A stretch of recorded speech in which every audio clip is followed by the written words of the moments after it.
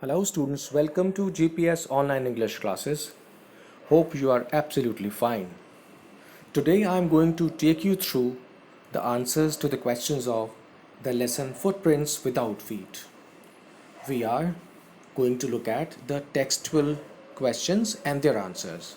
So get ready with a pencil or a pen. So let us start now, and please note that we are at page number 26 of your textbook. मैं question पढ़ूंगा, meaning समझाऊंगा, answer भी समझाऊंगा. Question number 1. How did invisible man first became visible? Invisible man पहली बार कब visible हो गया? Griffin जो नज़र नहीं आता था वो नज़र पहली बार कैसे आया? ओके, तो हमने आंसर में लिखना है the invisible man Griffin first became visible, ऐसे ही लिखेंगे. अब उसके बाद आपको चेंज करना है when he entered a big London store for keeping warm, full stop. ठीक है, कुछ चेंजेस किए हैं, कुछ वर्ड्स हमने हटाकर कुछ वर्ड्स लिखे हैं. मैं रिपीट कर देता हूं. द इनविजिबल मैन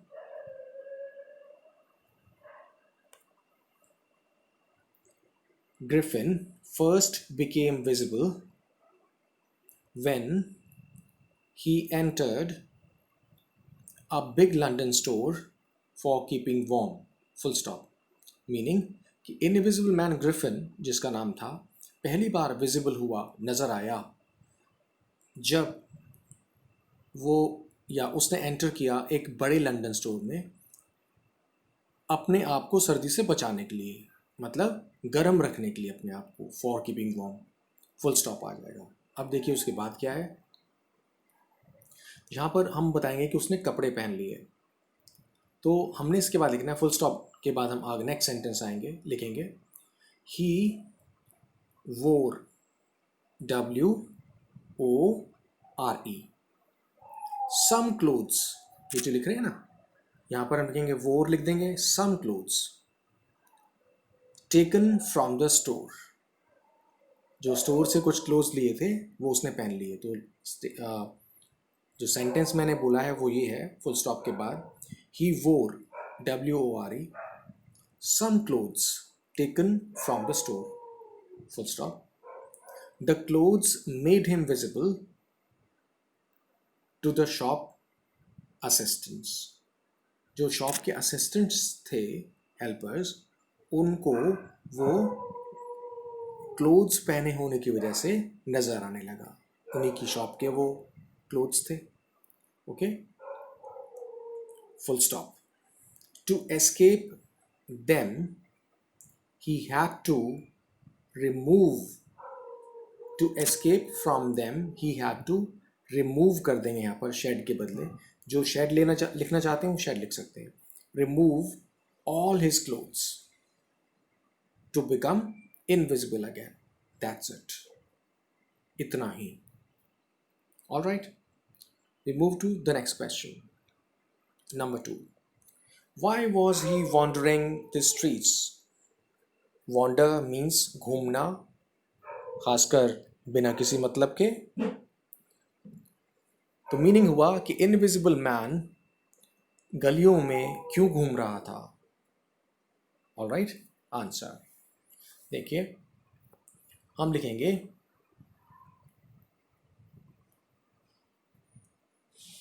लाइन जो उसमें सेंटेंस नंबर 2 है, हमें यहां से स्टार्ट करना है इसको. हम लिखेंगे ग्रिफिन्स लैंडलॉर्ड. जैसे हिज लिखा हुआ है ना, तो उसका नाम लिखना अच्छा होता है. अपने आप नाम बताना चाहिए अच्छा स्कोर करने के लिए. कंप्लीट इन्फॉर्मेशन होती है, कंप्लीट आंसर होता है. Griffin's landlord disliked him and wanted to evict Griffin. evict का मतलब घर से बाहर निकालना, जगह खाली कराना. evict बाहर निकाल देना. ठीक है. in revenge बदला लेने के लिए. He set fire to the house, तो उसने उस किराए के मकान में ही आग लगा दी। टू escape, अब बचना भी है उसको, वरना उसको लोग पकड़ लेंगे। ही रिमूव्ड हिज क्लोथ्स, उसने अपने कपड़े निकाल दिए। बिकमिंग इनविजिबल, इनविजिबल होते हुए, इनविजिबल होने के लिए। ओके, ये सेंस आ जाएगी। तो हम उसके बाद लिखेंगे 10 का मतलब तो, इसलिए he became homeless and was wandering the streets of London. तो जो रहने की जगह थी वहीं से उसको बाहर निकाल दिया गया, अब वो सड़क सड़क पर आ गया। तो ये हमने इसके अंदर आंसर को लिख दिया। Okay, next answer. देखिए हम इसमें कुछ ऐड भी कर सकते हैं, लेकिन अगर मैं अभी फ़िलहाल ज़्यादा चेंजेस लाऊंगा तो फिर एक रिदम बिगड़ेगी। ऑलराइट, जो मुझे आंसर्स चेंज भी करने होंगे वो मैं पीपीटी में चेंज कर दूंगा, लिख दूंगा उसको, मतलब वो प्रिंट किए हुए मिल जाएंगे आपको। हमने फ़िलहाल यहाँ पर ये वाला आंसर ऐसे ही डिस्कस कर लिया है। इसमें ऐड हो सकता है कि वो टेनेंट था मिसेस हॉल का, एक लाइन वहाँ आ सकती है। तो मिसेस हॉल उसको पसंद नहीं करती थी, तो हमने हिज जो लिखा है उससे पहले आ सकता था एक line, he was a tenant at Mrs Hall's guest house. Okay, now next page number 28 बन गया अब, और क्वेश्चन नंबर 1 पर आ गए हम। Why does Mrs hall find the scientist eccentric. अब देखिए प्रेजेंट टेंस है, मिसेस हॉल उस साइंटिस्ट को क्यों समझती हैं, उन्हें क्यों ऐसा महसूस होता है कि वो एक्सेंट्रिक है, क्रेजी, पागल, मैड, अनयूजुअल बिहेवियर वाला। एक्सेंट्रिक का मतलब जिसका नॉर्मल या अनयूजुअल अटपटा सा बिहेवियर हो, उसे बोलते हैं एक्सेंट्रिक, नॉर्मल से अलग होने वाला। क्यों समझती हैं, उनको वो क्यों लगता है, ऐसे इसकी हिंदी आ जाएगी। चलिए आंसर पर। Mrs hall found the scientist eccentric. Mrs hall को वो साइंटिस्ट, साइंटिस्ट के बाद भी ग्रिफिन लिख सकते हैं आप अपने आप, जैसे मैंने बताया था। आप आंसर को जितना कंप्लीट करेंगे इंफॉर्मेशन देकर, अपनी टेक्स्ट बुक के फैक्ट्स बताकर, टेक्स्ट बुक की लैंग्वेज भी लिखना अच्छा रहता है, क्योंकि उसको टीचर्स पसंद करते हैं चेकिंग के दौरान। तो लिखेंगे Mrs hall found the scientist Griffin eccentric because of his strange appearance. उसकी अजीब सी शक्ल सूरत की वजह से मिसेस हॉल को ग्रिफिन क्रेजी, मैड, अनयूजुअल लगा। एंड ऑल्सो, और इसके अलावा, when she tried to be friendly with him, जब मिसेस हॉल ने उसके साथ बातचीत करके फ्रेंडली होना चाहा, जान पहचान बढ़ाने के लिए, ही रिबफ्ड हर। हम इसमें रिबफ्ड की जगह ले सकते हैं ही ऑब्जेक्टेड टू इट। ओके, रिबफ्ड भी ठीक है, उसने जैसे उनको बोल देते हैं ना, डांट दिया या अपने से अलग हटने के लिए बोल दिया, this called rebuff. Fine, to kind of reprimand someone, डांट देना, झिड़क देना, ऐसे हम हिंदी में वर्ड्स यूज़ करते हैं। चलिए, तो लिखिए ही ऑब्जेक्टेड टू इट, उसने ऑब्जेक्ट किया इस बात पर, तो he objected to it by saying. अब देखिए हमने जो वर्ड्स नहीं लिखे वो आपने भी नहीं लिखने हैं, बाय के बाद आपने बाय से स्टार्ट करना है। He objected to it by saying that he had come there, वो वहाँ पर आया था, फॉर सॉलिट्यूड। सॉलिट्यूड का मतलब अकेले, अकेले होने के लिए। ओके, अकेलेपन के लिए, एकांत के लिए। And did not wish to be disturbed in his work. तो ये इसके अंदर एक सेंटेंस लास्ट में आपने देख लिया।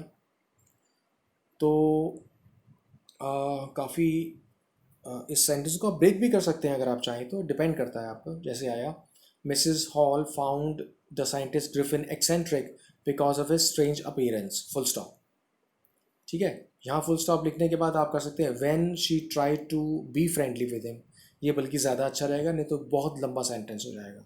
सो डब्ल्यू कैपिटल करके when she try to be friendly with him he objected to it, OBJECTED, by saying, ये कहकर, that he had come there, okay, या गॉन देयर भी कह सकते हैं। He had visited, okay, he had come there for solitude, अकेलेपन के लिए, एकांत होने के लिए। And did not wish to be disturb, और उसको डिस्टर्ब ना किया जाए उसके काम में। ऑलराइट, तो इसलिए उनको लगा कि ये कैसा टेनेंट है। Next question, what curious episodes, वो कौन से क्यूरियस एपिसोड्स, क्यूरियस का मतलब होता है जिसके बारे में हमें जानने की इच्छा हो या इच्छा जागे। तो कोई पर्सन भी क्यूरियस हो सकता है, जिज्ञासु, और कोई घटना, एपिसोड, इवेंट जिसे हम बोलते हैं, घटना, कोई घटना का हिस्सा, ओके, कोई सीरीज में चलती आ रही हो चीज़, एक के बाद एक चलती आ रही है, जैसे स्टोरी हुई, स्टोरी में एक छोटा सा टुकड़ा, एक छोटा सा हिस्सा, पीस, उसको हम एपिसोड बोल सकते हैं। तो क्या एक क्यूरियस घटना, इवेंट हुई, जिज्ञासा बढ़ाने वाली, क्या होती है इस, इन द स्टडी, स्टडी का मतलब घर का वो रूम जहाँ पर पढ़ाई की जाती है, जनरली जो पढ़ने लिखने के पर्पज से यूज़ करते हैं, ओके, वो एक्सक्लूसिवली पढ़ाई के लिए यूज़ किया जाता है, जैसे बेडरूम, डाइनिंग रूम वगैरह होता है। आगे चलते हैं। Answer, very early one morning, मतलब आप इसको ऐसे लिख सकते हैं, वन मॉर्निंग, कि सुबह सुबह, या सिर्फ एक सुबह की बात है, वन से स्टार्ट कर सकते हैं, ओ कैपिटल कर दीजिए। वन मॉर्निंग अ क्लर्जी मैन, क्लर्जी मैन होता है जो कि चर्च में एक तरह से चर्च के अंदर वो चर्च के कामकाज को संभालता है, प्रीस्ट जिसे हम कह सकते हैं, ऑलराइट, पादरी या चर्च का पुजारी कह लीजिए, आप ऐसे बोल सकते हो उसको समझने के लिए। तो इसमें आया वन मॉर्निंग, ओ कैपिटल करके, वेरी अर्ली काट दीजिए। A clergy man and his wife were awakened, ये बुक की लाइंस हैं। एक सुबह, वो मैंने बताया था, क्लर्जी मैन और उसकी वाइफ जाग गए, यानी कि जगा दिए गए, बाय नॉइजेस, उन आवाज़ों के द्वारा, कमिंग फ्रॉम देयर स्टडी, जो कि उनके उस रूम से आ रही थी। अवेकन्ड का मतलब जगा दिए गए, अवेक जागा हुआ, अवेकन जगाना, third form, awakened passive voice आ रही है, okay. They then they heard the sound of the coins, तब उन्होंने सुनी आवाज़ कॉइन्स की, सिक्कों की, बीइंग टेकन, लिए जा रहे थे जो, फ्रॉम द डेस्क देयर, जो डेस्क में से लिए गए, उनकी आवाज़ को सुना, ऑलराइट, फुल स्टॉप। अब उसके बाद क्या आएगा, हाउ एवर, मतलब फिर भी, when they entered the study, जब वो उस रूम में गए, स्टडी में, they did not find anybody there, उनको कोई मिला नहीं रूम में, विच वॉज क्यूरियस, मतलब यही बहुत ज़्यादा स्ट्रेंज था, विच वॉज वेरी स्ट्रेंज कह सकते हैं आप यहाँ पर, विच वॉज वेरी स्ट्रेंज, या फिर which made them curious, which made them curious, ऐसा भी लिखा हुआ ठीक है, फाइन। तो जो हमने इसमें चेंज किया था आपने देख लिया, वन मॉर्निंग में WO कैपिटल करके हमने स्टार्ट किया है, फाइन। और आगे चलते हैं। नेक्स्ट क्वेश्चन, ये भी काफ़ी अच्छा है। तो जैसे यहाँ पर 2 3 फिर 2 3 आ गया, आप सीरियल डाल देंगे 1 2 3 4 5 6 जैसे भी आ रहा है इसमें। What other extraordinary things happen at the inn? अब नेक्स्ट क्वेश्चन कहता है कि और कौन सी बिल्कुल अजीब, बिल्कुल अलग, असामान्य बातें होती हैं जो कि नॉर्मल ना हो, ओके, एक्स्ट्रा ऑर्डिनरी। इसमें जब हम एक्स्ट्रा ऑर्डिनरी को बोलेंगे तो एक्स्ट्रा के आ की साउंड नहीं आएगी, इसमें सिर्फ ओ की साउंड आएगी, ए हट जाएगा जब प्रोनाउंस करेंगे। वॉट अदर एक्स्ट्रोडिनरी, एक्स्ट्रा ऑर्डिनरी नहीं कहना है। और कोई कहता है सुनिए, लेकिन आपने ठीक जान लिया तो आप एक्स्ट्रॉर्डिनरी ही बोलेंगे, ओके, क्योंकि ये करेक्ट प्रोनाउंसिएशन है। What other extraordinary things happen at the इन, कि उस गेस्ट हाउस धर्मशाला में जहाँ वो रुका था, वहाँ पर कौन सी असामान्य एबनॉर्मल बातें होती हैं। आंसर, क्या क्या चीज़ें होती हैं। एट द इन, उस गेस्ट हाउस में, Mrs Hall and her husband, और उनके husband, went in to the scientist room, जब वो ग्रिफिन के रूम में गए, on finding its door open, मतलब उन्होंने देखा उसके रूम का दरवाज़ा खुला हुआ था, जो कि अक्सर बंद रहता था, तो उनके लिए स्ट्रेंज बात थी कि दरवाज़ा खुला हुआ है। However, he was not seen in the room, लेकिन मतलब फिर भी, जबकि, इसका मतलब निकलेगा जबकि वो रूम में था ही नहीं। But Mrs hall heard a sniff, अब देखिए क्या हुआ है, मिसेस हॉल को जैसे कोई सांस ले रहा हो तेज़ी से, उसकी आवाज़ कान के पास से गुजरी, तो एक स्निफ बोलते हैं इसको। जैसे मैंने बताया था डॉग्स वगैरह जानवर स्निफ करते हैं सूंघने के लिए, तो उन्होंने एक ऐसे ही स्निफ का जो साउंड था वो सुना। And the hat on the bed post left up, और एक हैट पड़ा हुआ था बेड के सरहाने पर, वो उनकी तरफ उछला, and dashed into her face, और उनके चेहरे पर आकर टकरा गया। तो ये एक सेंटेंस, मतलब काफ़ी 2-3 सेंटेंसेस आ गए हैं। देखिए इसमें एपिसोड आया तो इसमें हम बता सकते हैं कोई एक आधा आंसर 30-40 वर्ड्स का जनरली आता है, तो कोई थोड़ा सा एक्सीड कर सकता है। हम कोशिश करेंगे उसको और थोड़ा कंसाइज बना लें और थोड़ा छोटा बना लें, ठीक है। तो हम इसमें यहाँ पर हमने लिख दिया, हम लिखेंगे, हम यहाँ तक चलते रहेंगे, ठीक चल रहे हैं हम आगे, यहाँ तक आ गया, यहाँ चलेंगे, ओके। अब हम और आगे लिख रहे हैं। Then the bedroom chair sprang into the air, तब जो उस बेडरूम की चेयर थी वो भी उछली। स्प्रैंग का मतलब स्प्रिंग, स्प्रैंग, स्प्रंग, तो उछली, जंप किया उसने एयर में, and pushed them both out of the room, और उस चेयर ने उनको धक्का दे दिया उस रूम से बाहर, ठीक है। तो ये एक एक्स्ट्रॉर्डिनरी चीज़ हुई, और या तो यहाँ तक आप आंसर लिख सकते हैं, दैट्स ऑल। तो उनको ये भी लगा कि उनका रूम जो है वो हॉन्टेड है, मतलब उनके रूम के अंदर कोई स्पिरिट है, जैसे हम जनरली कहते हैं कोई आत्मा है, उस तरह की बात हम कह देते हैं जैसे, तो इसमें वो कह दिया है।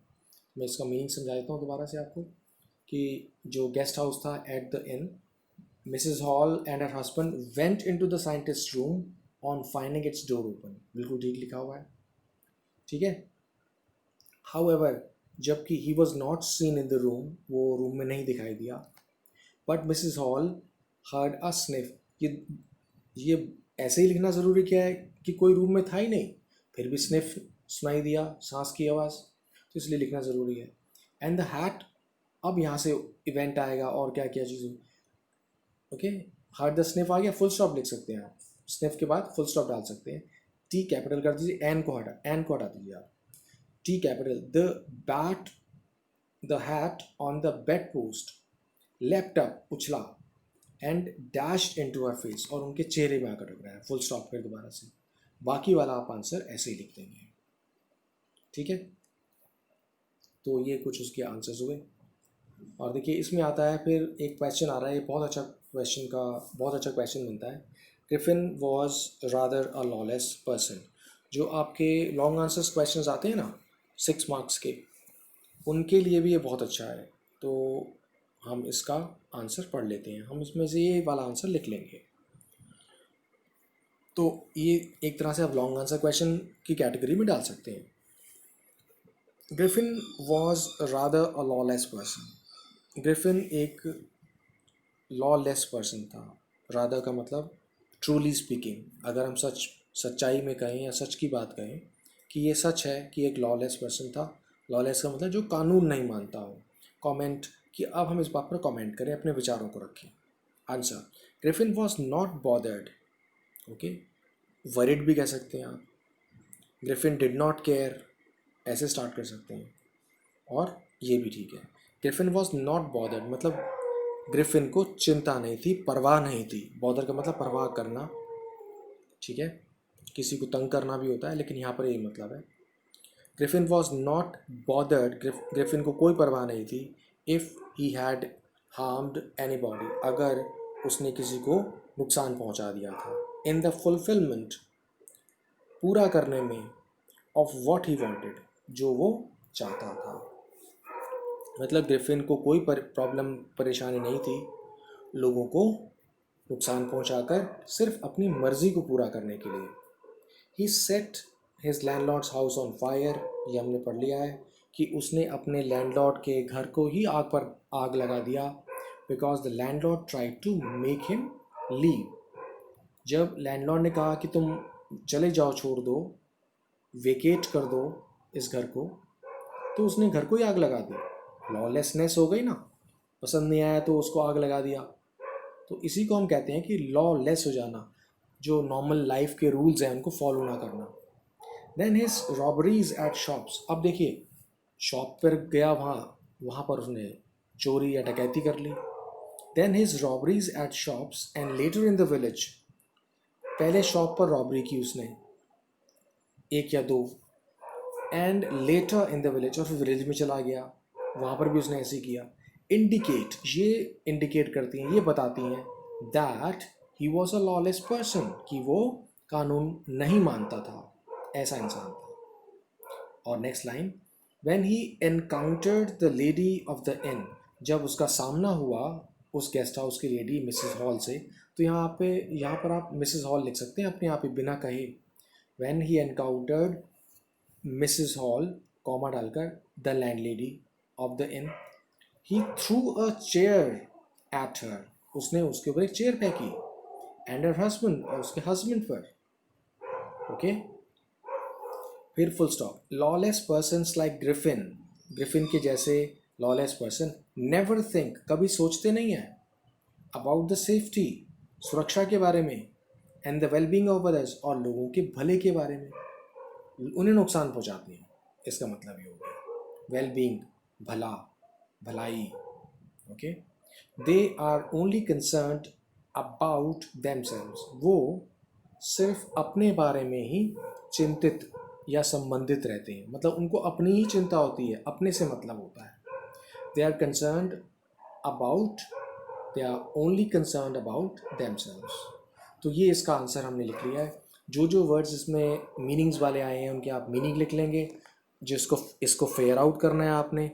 जब ये फेयर पर लिख लेंगे तो जहाँ जहाँ इसके वर्ड्स के मीनिंग्स मैंने बताए हैं, फेयर नोटबुक पर ही आप पेंसिल से लिख सकते हैं। नहीं तो जैसे मैंने नॉर्मली आपको बोलता हूँ, आप हर पेज के जो फुट नोट्स बना सकते हो, उस पेज के बिल्कुल लास्ट में जो नीचे मार्जिन होता है, उसके बाद या उसके ऊपर भी आप वर्ड्स के मीनिंग लिख सकते हैं। ये आपके लिए एक रेडी, एक तरह से वर्ड्स का कलेक्शन आपके सामने रहेगा, आपको याद भी हो जाएगा और बार बार रिवाइज कर पाएंगे। ऑलराइट, तो ये पीपीटी में आपको जो एक आंसर लिखना है मैं वो लिख दूंगा। Alright, so I hope that you have been able to understand this. Okay, so I will see you in the following video. Till then, take care of yourself, keep smiling, be happy, all the best. Thank you.